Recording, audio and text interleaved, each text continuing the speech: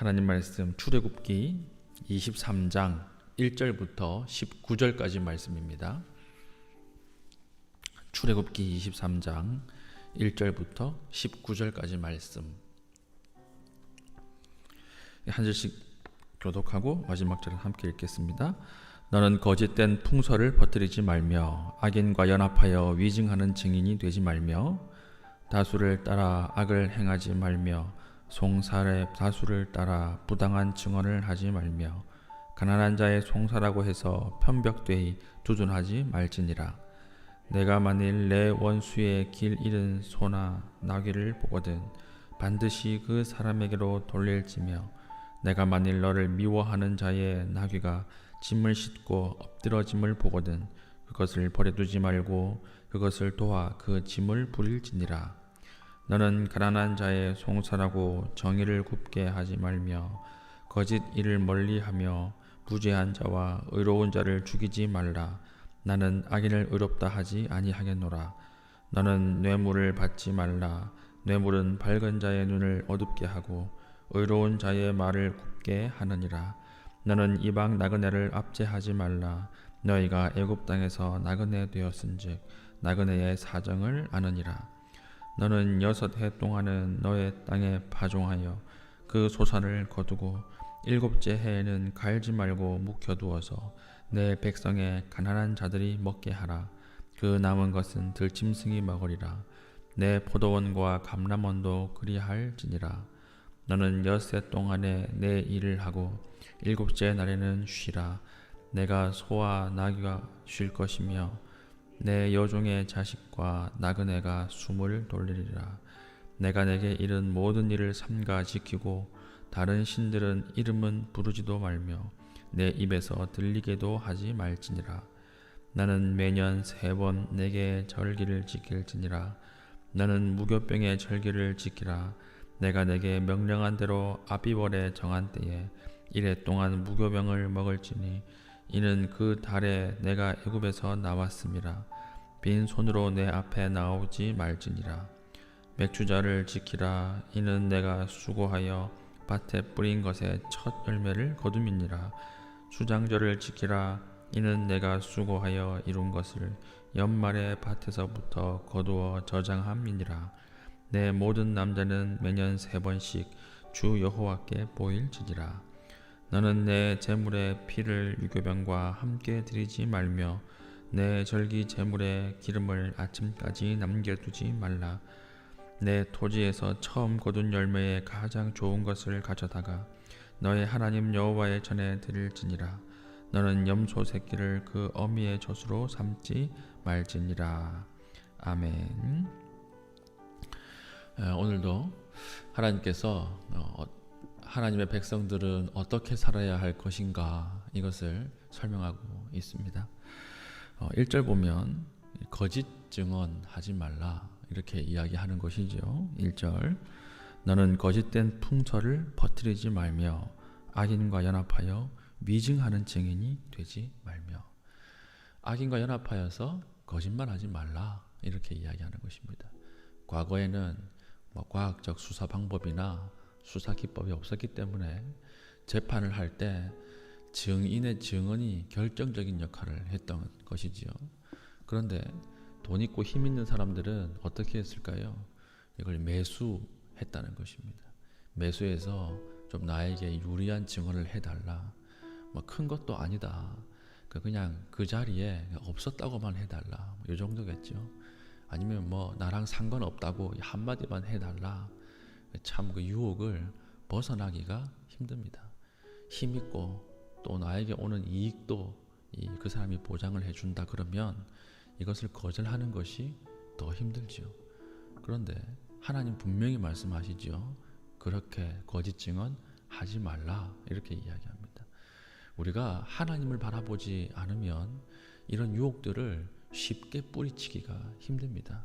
그래서 우리가 살아갈 때 코람데오라고 하죠. 하나님 앞에서 산다. 이 하나님 앞에서 의식이 굉장히 중요하다라고 하는 것입니다.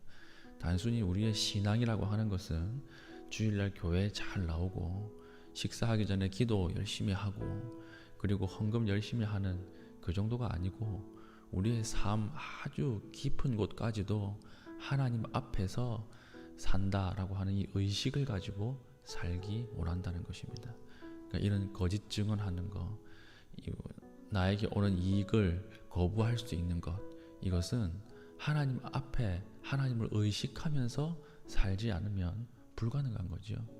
오늘 하나님께서 특별히 너희는 거짓 증언하지 말라, 너희 이익 앞에 무릎 꿇지 말라, 이것은 어떤 한 분야에만 국한되는 말씀이 아니라 우리의 삶 전체가 하나님 앞에서 산다라고 하는 의식을 가지고 살라, 이렇게 이야기하는 것이죠. 그리고 2절, 다수를 따라 악을 행하지 말며 송사의 다수를 따라 부당한 증언을 하지 말며. 이거 2절은 무슨 말입니까? 다수, 많은 사람들이 따라가는 곳에 같이 끌려가지 말라는 거예요. 이건 더 어렵죠. 다른 사람들이 전부 다 가는 길이 있습니다. 이걸 시대 정신이라 그러죠. 시대 정신을 반대로 가는 것, 이거 쉽지 않다는 것입니다. 모든 사람들이 다 이 사람들을 향해 돌을 던지고 한 사람을 향해 다 욕하는데 나 홀로 나아가서 변론한다라고 하는 것은, 이것은 굉장히 위험한 것이죠. 고대 사회는 이사를 하는 것이 쉽지 않았습니다. 자기 동네를 떠나는 것이 쉽지 않았습니다. 그런데 내가 죄가 없다는 것을 알고 한 사람을 변론을 해주면 어떻게 될까요? 왕따 당하는 거예요.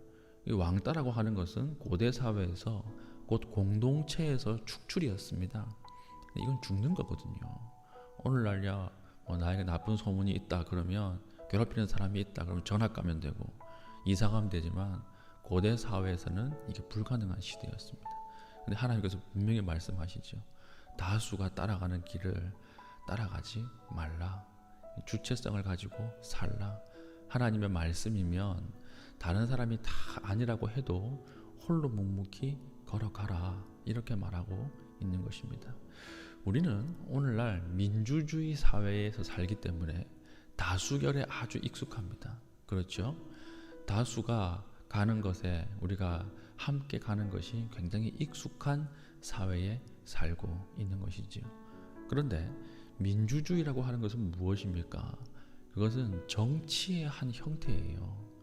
정치라고 하는 것을 사전적으로 찾아보면 무엇이냐면, 이권이 서로 얽혀 있을 때 그것을 조정하는 행위입니다. 그러니까 이 사람도 손해를 볼 수 있고 저 사람도 손해를 볼 수 있고, 다 손해를 볼 수 있는 상황에서 어떻게 문제를 해결할 것이냐, 그래도 많은 사람들이 옳다고 생각하는 것을 지지해서 함께 가자, 이게 바로 정치 형태인 민주주의입니다. 근데 이건 정치 형태에만 다수결이 가능한 것이지, 이 도덕과 선과 진리의 문제에 있어서는 다수결이 안 된다는 거예요. 우리가 지구가 태양 주변을 도는데 이걸 다수결로 선택할 수 있습니까? 그럴 수 없는 거죠. 그러니까 하나님 앞에 우리가 인생을 살아갈 때는 다수결로 살아서는 안 돼요. 많은 사람들이 가는 곳에 함께 따라가서는 안 된다는 것입니다. 그러니까 항상 우리는 어떻게 살아야 합니까? 하나님의 말씀인가? 하나님이 기뻐하시는 길인가? 이것을 항상 생각하면서 살아야 되는 거죠. 그래서 우리 크리스찬들은 정치도 있어서 정치적으로도 어떤 특정한 당이나 특정한 인물을 절대적으로 지지해서는 안 된다는 거예요. 무엇을 항상 봐야 되죠? 이 당과 이 정치 지도자가 하는 일이 성경적인가? 하나님 말씀에 부합하는가? 그렇게 선지자적 간격을 가지고 지지해요. 항상 상대적 지지예요. 절대적 지지는 없습니다. 오직 하나님밖에 없어요. 우리가 살아가는 때, 이 땅에 살아갈 때 중요한 원리를 하나님께서 알려주신 것이지요. 하나님 앞에서 살라. 다른 사람이 다 간다고 해서 거기에 휩쓸려 가지 말고, 구조악에 동참하지 말고, 주체성을 가지고 하나님의 말씀인지 아닌지 꼼꼼히 따져가면서 살라, 이렇게 이야기하는 것입니다. 그리고 두 번째는 무엇입니까? 안식년과 안식일을 지키라, 이것이죠. 10절 보면 너는 6해 동안은 너의 땅에 파종하여 그 소산을 거두고 7째 해에는 갈지 말고 묵혀 두어서. 무슨 말입니까? 안식년을 지키라는 것이죠. 안식년. 안식년을 왜 지킬까요? 안식년은 첫 번째는 안식년을 지키는 것이 땅의 지력을 회복하기 위해서 안식년을 지키라고 하신 것이죠. 땅이 계속 쉬지 않고 일하면 땅에 있는 영양소가 다 빠져나가 버리기 때문에 땅의 지력을 회복하기 위해서 안식년을 지키라 이렇게 말씀하시는데, 더 중요한 의미가 있습니다. 더 중요한 의미가 무엇이냐 오늘 나오는데요. 내 백성의 가난한 자들이 먹게 하라. 그러니까 백성의 가난한 자들이 7년째 나오는 이 소산물을 먹게 하기 위해서 7년째 쉬라는 거예요. 예, 가난한 백성의 구제의 첫 번째 목적이 있는 거죠. 12절 보십시오. 너는 6해 동안에 내 일을 하고 7째 날에는 쉬라. 이게 무엇입니까? 안식일이죠. 안식일을 왜 지키라고 하십니까? 예배드리라고 하는 의미도 있지만, 그러나 더 중요한 의미가 이리 나오는 거죠. 내 소와 나귀가 쉴 것이며 내 여종의 자식과 나그네가 숨을 돌리리라. 그러니까 안식년을 지키는 것과 안식일을 지키는 것은 그 근본 의미가 무엇입니까? 이웃 사랑이에요. 단순히 너 혼자 쉬고 너 혼자 안식일을 지키고 안식년을 지키는 것을 넘어서서 공동체와 다 같이 살게 하라. 내 여종과 내 아들이 그때 쉬게 하라. 그러니까 이 가난한 자를 먹이고 쉬게 하는 것에 목적이 있는 것입니다. 이웃 사랑입니다. 그러니까 율법, 우리가 지금 며칠째 계속 시민법을 살피지 않습니까? 이건 단순히 법이 아니라 무엇이죠? 예수님이 이 모든 율법을 다 완성하셨습니다. 무엇으로 완성하셨습니까? 내 이웃을 내 몸과 같이 사랑하라. 이것으로 완성하신 거예요. 그러니까 우리가 율법을 읽을 때 항상 이 대전제 아래에서 읽어야 하는 것입니다. 문자 그대로 적용해서는 안 되고, 내 이웃을 내 몸과 같이 사랑하라. 내 이웃을 내 몸과 같이 사랑하기 위해서 예수님이 하신 행동이 뭐지요? 자기의 몸을 드린 거예요. 자기의 몸을 죽음 가운데 드린 것입니다. 우리도 그것을 본받아서 어떻게 살아야 합니까? 내 이웃을 내 몸과 같이 사랑하며 살아야 하는 것이죠. 우리가 율법이 아무리 어려워도 내 이웃을 내 몸과 같이 사랑하라, 이 말씀 안에서 다 해석이 되는 거예요. 아무리 이해가 안 돼도 예수님의 말씀 안에서 다 해석이 가능한 것입니다. 오늘 하루 살 때 나의 만족과 나의 유익을 위해서만 사는 이 삶에서 좀 돌이켜서 좀 아래로 흘려보내십시오. 내가 가지고 있는 것들 아래로 흘려보내고, 내가 가지고 있는 또 재물들 아래로 흘려보내서 나만 잘 사는 것이 아니라 우리 옆에 있는 이웃들도 같이 잘 살고 하나님의 은혜를 체험할 수 있도록 그렇게 우리가 살아야 할 것입니다. 그러니까 가장 좋은 것은 어떤 사회지요? 약자가 보호되는 사회예요. 가장 약한 사람이 가장 이 억울한 누명을 쓰고 억울한 눈물을 흘리지 않게 만드는 것, 이게 좋은 사회입니다. 좋은 가정이 어떤 가정입니까? 가정에서 가장 약한 사람이 억울해하지 않는 것, 좋은 가정이에요. 교회도 마찬가지지요. 교회도 어떤 교회가 좋은 교회일까요? 약자가 행복한 교회가 좋은 교회입니다. 교회의 가장 약자가 누굴까요? 처음 오는 새 가족이 가장 약자입니다. 처음 교회에 오면 어디에 뭐가 있는지 잘 몰라요. 그리고 어떻게 행동해야 되는지, 동선은 어떻게 해야 되는지 몰라요. 그때 잘 설명해 주는 거, 그게 좋은 교회예요. 좋은 교회의 원리 해서 요즘 막 세미나 하는 거 들어보면 좋은 교회는 어떤 교회냐, 주차장이 넓은 교회 이렇게 얘기하더라고요. 주차장이 넓으면 좋은 교회, 교육기관의 시설이 좋으면 좋은 교회, 그래야 사람들이 온다 이렇게 이야기하는데, 성경은 그렇게 얘기 안 해요. 성경은 어떤 교회가 좋은 교회냐, 약자들이 행복해하는 교회, 새 가족이 행복해하는 교회, 장애우들이 마음 놓고 예배 드릴 수 있는 교회, 그것이 좋은 교회입니다. 그래서 우리 교회는 처음에 새가족들에게 이번에 주차장을 만들었죠. 새가족 전용 주차장을 배려해서 새가족들이 오면 주차를 이렇게 할 수 있게 배려하는 거. 그게 하나님 뜻이에요. 하나님 뜻이고. 그리고 처음 신방할 때 아무것도 먹지 않죠. 왜 그렇습니까? 가난한 사람들이 혹시라도 부담을 느껴서 신방을 받지 못할까 봐. 이게 성경의 원리에서 나온 거예요. 제 생각이 아니라. 그러니까 이런 것들을 우리가 하고 있는데 이게 말씀을 실천하는 삶이라고 하는 것입니다. 우리가 오늘 하루 살아갈 때 항상 약자를 배려하고 하나님 앞에서 살아간다라고 하는 이 신전 의식을 가지고 살아갈 수 있는 주의 신실한 백성 되기를 축복합니다. 아멘.